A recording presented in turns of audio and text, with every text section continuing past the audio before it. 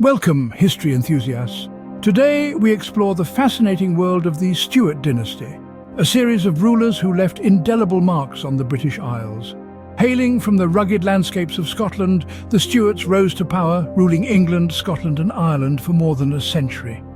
From 1603 to 1714, the dynasty began with the unassuming James I and concluded with the formidable Queen Anne. This era was marked by religious strife, political change and cultural transformation. The Stuarts' reign was a time of great tumult and change, with each monarch leaving their unique imprint on the course of British history.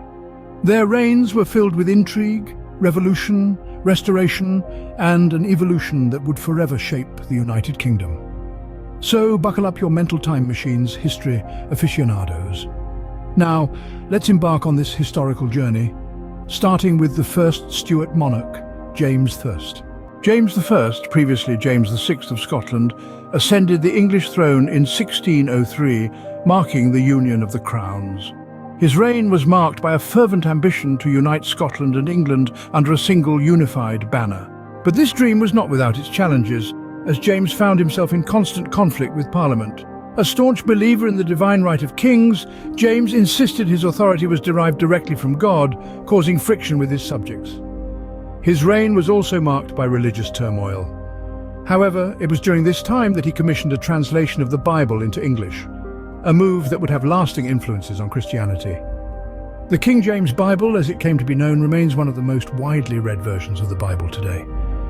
Despite his struggles with Parliament, James I left a lasting religious legacy with the King James Bible. Following James I, his son Charles I took the throne, but his reign was fraught with conflict.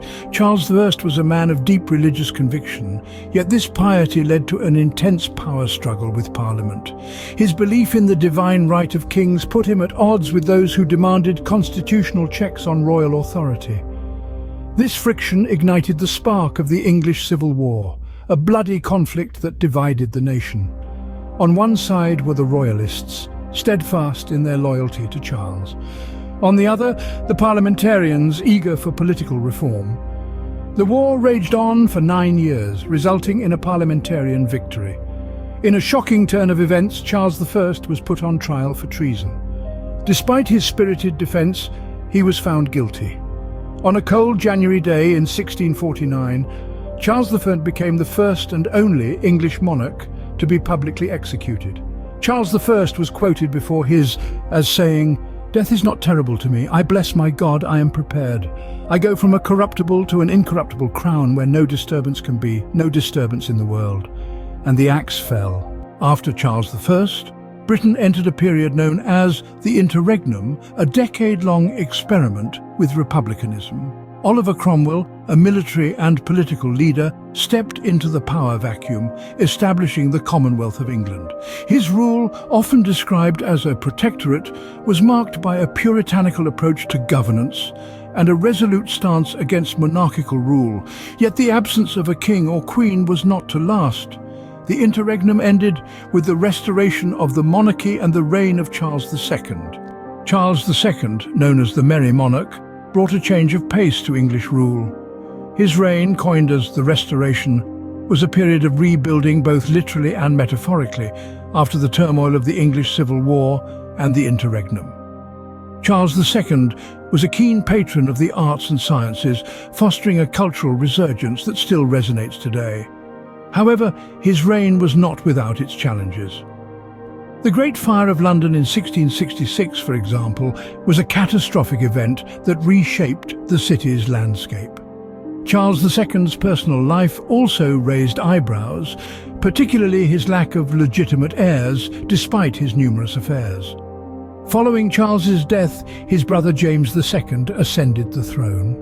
A staunch Catholic in a predominantly Protestant country, James's reign was fraught with religious tension. His attempts to grant religious freedom to Catholics and other dissenters were met with resistance, stoking fears of a return to Catholic rule. This tension reached a boiling point in the Glorious Revolution of 1688, when James was deposed in favour of his Protestant daughter Mary and her husband William of Orange. The revolution was relatively bloodless, but it marked a significant shift in the balance of power. The reigns of the two brothers were marked by religious tension, leading to the Glorious Revolution and the reign of William III and Mary II. William III and Mary II, who reigned jointly, and Queen Anne, the last Stuart monarch, saw significant changes in England. Let's start with William III and Mary II. This royal couple, both grandchildren of Charles I, ascended the throne together in 1689, marking a distinctive shift in the English monarchy. Their reign was characterized by the Glorious Revolution, a bloodless coup which saw the overthrow of James II, Mary's father, and the establishment of William and Mary as joint sovereigns. Under their leadership, the Bill of Rights was enacted in 1689. This seminal document, still in effect today, restricted the powers of the monarch and paved the way for England's transition to a constitutional monarchy. It affirmed Parliament's right to make laws and levy taxes, and stated that the monarch could not oppose or do without Parliament's consent in these matters. An important milestone indeed, but the reign of William and Mary was short-lived. Mary died in 1694, and William, who continued to rule alone, followed in 1702. Their lack of heirs led the throne to Mary's younger sister Anne. Queen Anne's reign was marked by the Act of Union in 1707, a historic event that united England and Scotland into a single entity known as Great Britain. Anne, however, was less fortunate in her personal life. She endured numerous miscarriages, stillbirths, and the deaths of her young children. Her only son to survive infancy, William, Duke of Gloucester, died at the age of 11, leaving Anne without a direct heir. When Anne died in 1714, the Stuart dynasty came to an end. Her lack of surviving heirs led to the ascension of George I, the first monarch of the House of Hanover, who was chosen for his Protestant faith, thus avoiding a Catholic succession. The Stuart dynasty, ending with Anne, witnessed the transformation of England from a traditional monarchy to a modern constitutional state. The Stuart dynasty, a period of great change and upheaval, left an indelible mark on British history. The reign of each monarch, from James I to Queen Anne, brought with it unique challenges and significant contributions. James I, the first Stuart king, set the stage with his belief in divine right, a notion that would shape the course of the dynasty.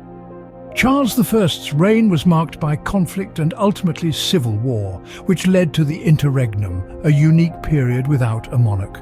The Restoration brought Charles II and James II to the throne, each leaving their own distinct marks. The joint reign of William III and Mary II, and later the reign of Queen Anne, brought a series of important reforms that would shape the future of the nation. Thank you for joining me on this journey through the Stuart dynasty.